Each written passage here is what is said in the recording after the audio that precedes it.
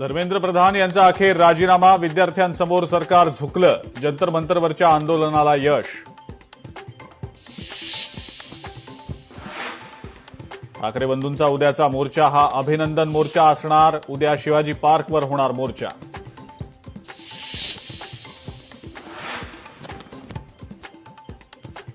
युवा शक्तीच्या एकजुटीचा मोठा विजय, आंदोलकांनी सरकारला नैतिक जबाबदारी स्वीकारायला भाग पाडलं. शरद पवारांची प्रतिक्रिया. काँग्रेसचे प्रवक्ते पवन खेरा यांचा पंतप्रधान मोदींवर निशाणा. देशातले तरुण जर तुमचे फ्रेंड्स नाहीत, तुमचे फ्रेंड्स असते तर लाठीचार्ज केला नसता.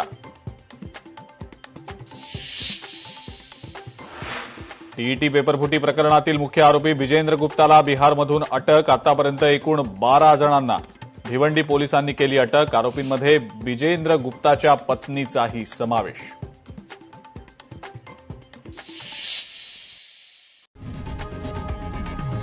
लोकशाही मराठी ऐका, पहा, जागरूक रहा.